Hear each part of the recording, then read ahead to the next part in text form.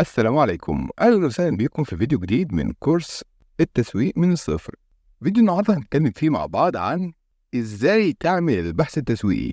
علشان تعرف تصمم وتنفذ بحث تسويقي، أنت محتاج تعرف وتحدد المصادر اللي من خلالها هتقدر تجمع المعلومات اللي أنت محتاجها، سواء مصادر أولية أو ثانوية، وإزاي بعد كده هتختار العينة اللي هتعمل عليها البحث التسويقي.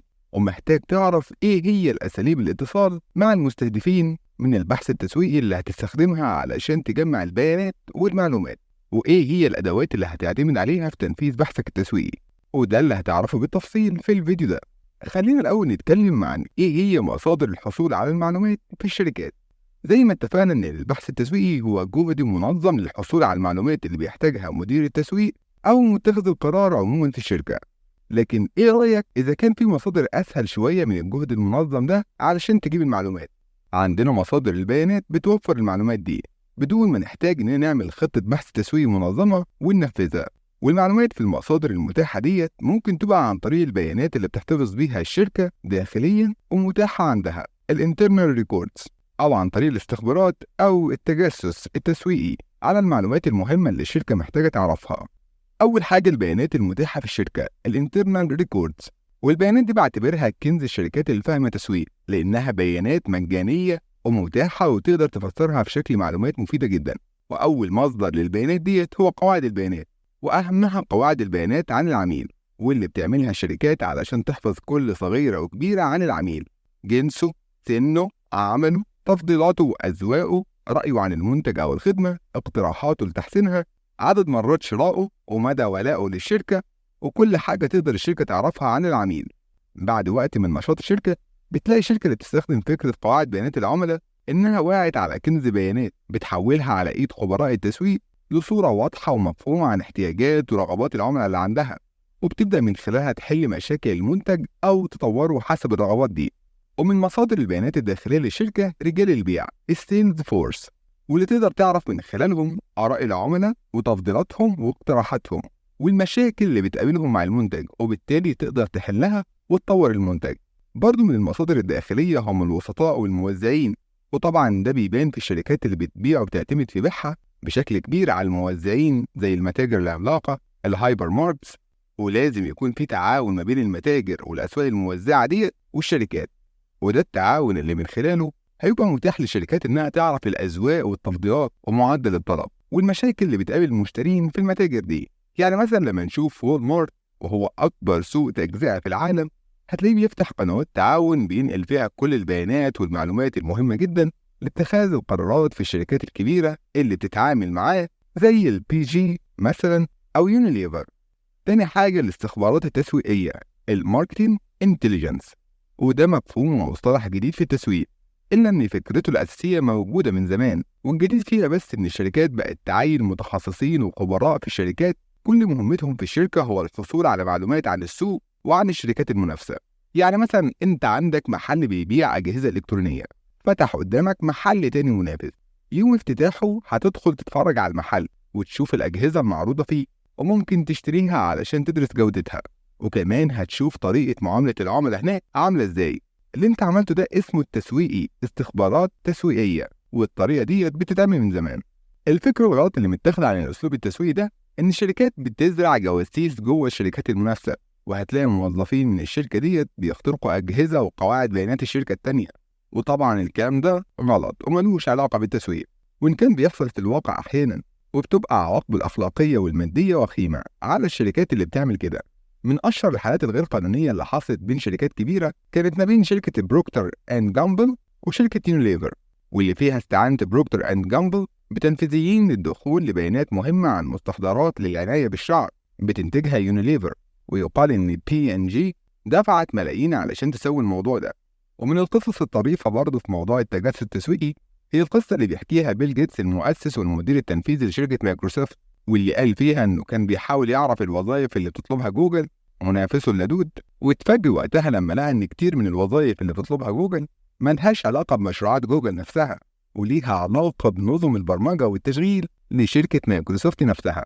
أشهر الطرق برضه في الاستخبارات التسويقية إن الشركات بتبدأ تدور على معلومات عن المنافسين أو ممكن تجرب منتجاتهم علشان تعرف نقط الضعف والقوة فيهم وتشتغل عليهم.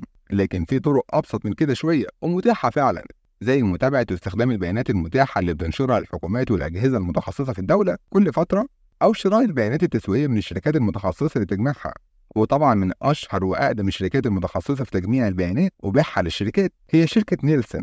في طريقة جديدة إلكترونية بتدخل ضمن نطاق الاستخبارات التسويقية، وهي المواقع الإلكترونية اللي بتقدم تقارير ومتابعات عن المنتجات، وأكيد الشركات بتستخدمها علشان تتعرف على رأي الناس في المنتجات المنافسة. والمواقع ديت يا إما مواقع ومنتديات مستقلة زي موقع مثلا bizrate.com، أو مواقع إلكترونية لموزعين زي amazon.com، أو مواقع الشكاوي الشهيرة واللي فيها الناس بيبيعوا رأيهم وشكاويهم عليها، والشكاوي دي تتبعت للشركات المتسببة فيها. ومن أشهر المواقع اللي بتعمل كده موقع blendfeedback.com.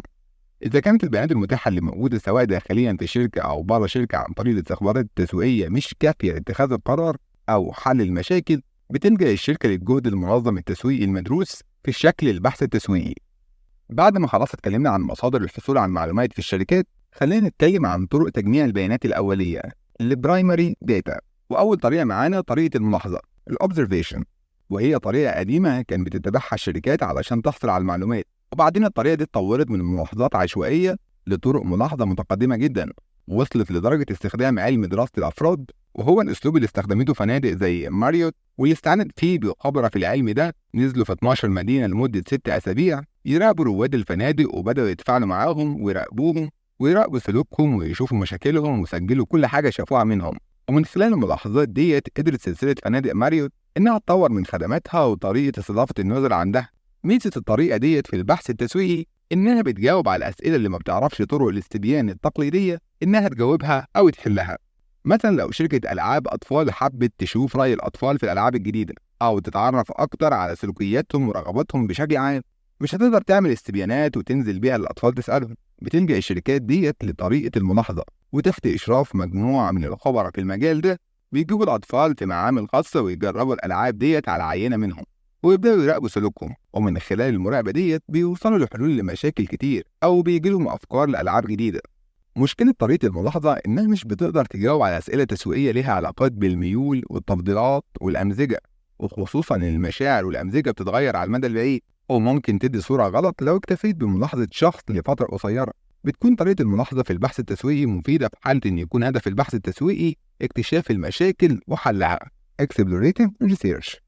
تاني طريقة طريقة المسح التسويقي السيرفي، وهي الطريقة الأشهر في البحث التسويقي.